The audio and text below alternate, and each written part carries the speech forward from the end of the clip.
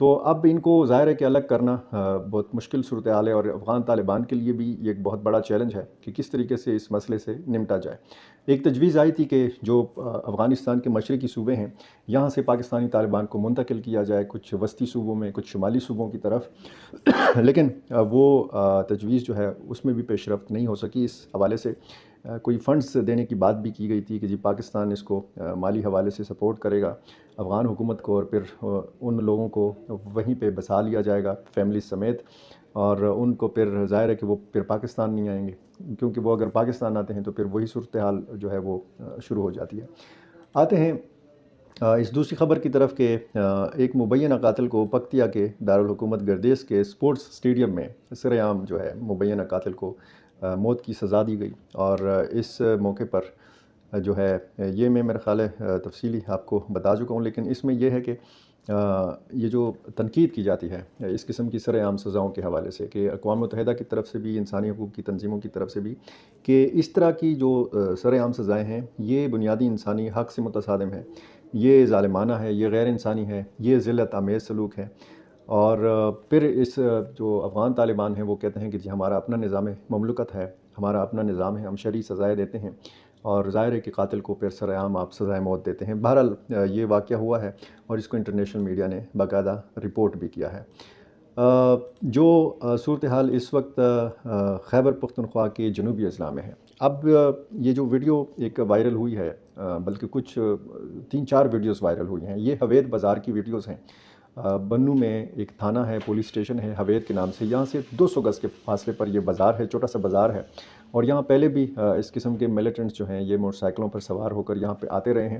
اور پہلی دفعہ جب یہ آئے تھے کچھ دن قبل تو لوگوں نے خوف کے مارے دکانیں بند کر دی تھیں، لیکن اب ملیٹنٹس کا اس طریقے سے آنا، اپنی شناخت نہ چھپانا، باقاعدہ ان کے ہاتھ میں TTP کے جھنڈے ہونا،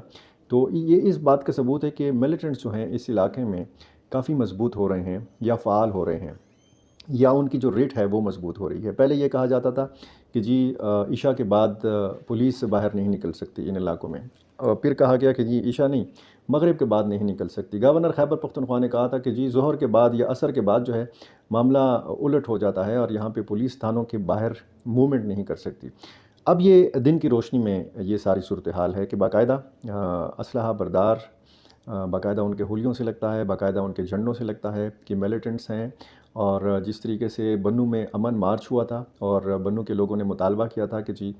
امن قائم کیا جائے، اور جس طریقے سے منظور پشتین نے ٹھیک 1 مہینے پہلے جمرود کے مقام پر پشتون قومی جرگے سے خطاب میں، اور جس کا فائنل جو اعلامیہ جاری کیا گیا تھا اس میں یہ کہا تھا کہ 60 دنوں کے اندر اندر ہمارے علاقوں سے فوج بھی نکل جائے، اور ہمارے علاقوں سے عسکریت پسند جو ہیں، چاہے وہ داعش کی صورت میں ہیں، چاہے وہ طالبان کی صورت میں ہیں، وہ بھی نکل جائیں۔ اب 1 مہینہ جو ہے وہ ہو چکا ہے، 1 مہینہ رہتا ہے اس ڈیڈ لائن کو یا اس مہلت کو۔ منظور پشتین صاحب جو ہیں یہ خاموش ہیں، انہوں نے اس جرگے کے بعد جو آنے والی پہلی اتوار تھی، اس اتوار کو ہر ضلع میں مظاہرے کا بھی اعلان کیا تھا۔ وہ مظاہرے اس طریقے سے ٹھیک ٹھاک تعداد میں ان مظاہروں میں لوگ نہیں نکلے، اور کچھ لوگ کہتے ہیں کہ جو پشتون قومی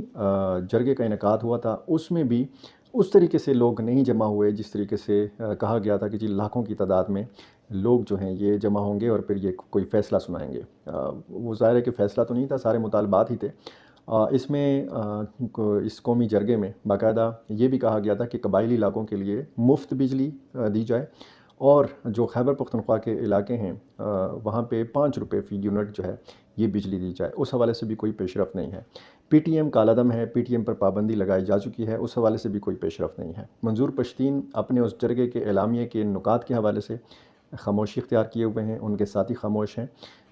صوبائی حکومت کے کورٹ میں بال پھینکا تھا منظور پشتین نے، بہت سارے مطالبات کے حوالے سے۔ وہاں پہ علی امین گنڈاپور وزیر اعلیٰ خیبر پختونخوا نے خود کہا تھا کہ جو ہمارے بس کی باتیں ہیں، جو مطالبات ہیں وہ ہم مانیں گے، جو معاملات وفاقی حکومت کے ساتھ تعلق رکھتے ہیں اس کے لیے ہم وفاقی حکومت سے رابطہ کریں گے۔ اور اس حوالے سے پھر صوبائی اسمبلی سے ایک مطالبہ بھی قرارداد کی صورت میں گیا ہے کہ جو مطالبات ہیں، جو جائز مطالبات ہیں وہ مانے جائیں، ان پر عمل کیا جائے۔ دیکھنا اب یہ ہے کہ صورتحال جو ہے وہ کہاں جا کے رکتی ہے۔ خیبر پختونخوا کے جنوبی اضلاع کی صورتحال یہ ہے، اس سے پہلے بھی کچھ ویڈیوز ایسی آئیں کہ وہاں پہ باقاعدہ ملیٹنٹس نے گشت کیا، ملیٹنٹس نے گاڑیوں کی چیکنگ کی، سرکاری ملازمین کے یا عام لوگوں کے کارڈز چیک کیے، اور اس میں انہوں نے ڈھونڈا کہ سرکاری ملازمین جو ہیں وہ ان گاڑیوں میں سوار ہیں یا نہیں ہیں۔ جس بھی محکمے میں کام کرنے والے لوگ ہیں وہ ظاہر ہے کہ خوف و ہراس کا شکار ہیں ان سارے علاقوں میں، کیونکہ ان کو کہا گیا ہے کہ جی آپ سرکاری ملازمت چھوڑ دیں۔ خصوصاً پولیس نشانے کے اوپر ہے، اور اس ساری صورتحال میں جب آپ دیکھتے ہیں تو پھر کوئی رابطہ نہیں نظر آتا، کوئی حکمت عملی نظر نہیں آتی۔ بات چیت کے ذریعے یہ معاملہ حل کرنا ہے، طاقت کا استعمال کرنا ہے یا نہیں کرنا، وفاقی حکومت کی کیا اس حوالے سے پالیسی ہے یا حکمت عملی ہے، خیبر پختونخوا حکومت کی کیا پالیسی ہے، صوبائی اور وفاقی حکومت کے درمیان کیا رابطہ ہے، کسی کو کچھ نہیں پتہ کہ ہو کیا رہا ہے۔ لیکن ویڈیوز کی صورت میں آپ جو اصل صورتحال ہے وہ دیکھ سکتے ہیں کہ اس وقت کیا ہے۔ اسی طرح کے معاملات میں اگر آپ کی دلچسپی ہے تو ڈیلی میدان کا یہ یوٹیوب چینل اور یہ فیس بک پیج جو ہے اس کو سبسکرائب اور فالو کیجیے، اور ہمیں اپنی رائے سے ضرور نوازتے رہیے۔ بہت شکریہ۔